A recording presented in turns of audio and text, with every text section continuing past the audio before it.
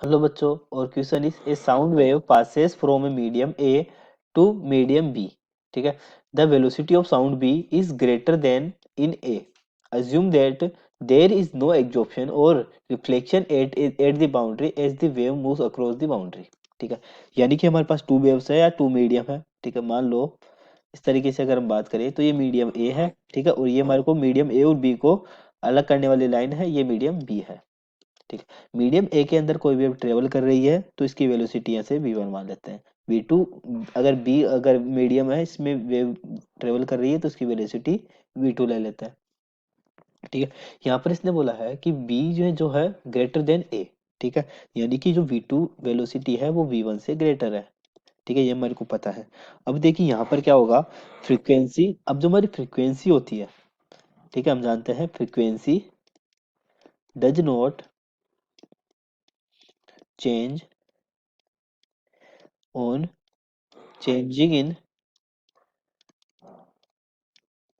Medium. ठीक है, अगर हमारा मीडियम चेंज होता है तो फ्रीक्वेंसी में कोई चेंज नहीं होता है। ठीक है, ये चीज हमारे को याद रखनी है। तो पहला ऑप्शन हमारा बिल्कुल राइट है, frequency of sound will not change. ठीक है, अगर मीडियम चेंज हो रहा है तो हमारी फ्रीक्वेंसी चेंज नहीं होगी। दूसरा इसने बोला है कि द वेवलेंथ इंक्रीज और डिक्रीज, तो हमारे को बताना है इंक्रीज होगी या डिक्रीज होगी। तो देखिए हम जानते हैं जो हमारी वेवलेंथ होती है लैम्डा, वो क्या होती है, वेलोसिटी अपॉन फ्रीक्वेंसी। फ्रीक्वेंसी हमारी सेम है। ठीक है, यानी कि प्रोपोर्शनल किसके होगी, वेलोसिटी के। ठीक है, एज वेलोसिटी इंक्रीजेस, अगर वेलोसिटी इंक्रीज हो रही है, ठीक है, तो वेवलेंथ भी क्या होगी, इंक्रीज होगी।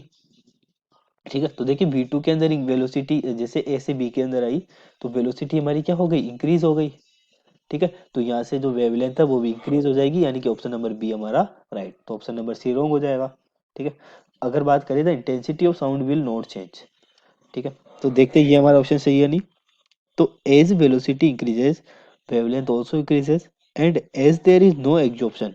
अगर यहाँ पर बोला गया है कि देयर इज नो एग्जॉर्प्शन और रिफ्लेक्शन, ठीक है, ऑफ द वेव, तो यहाँ से इंटेंसिटी होगी वो भी क्या रहेगी, रिमेन सेम।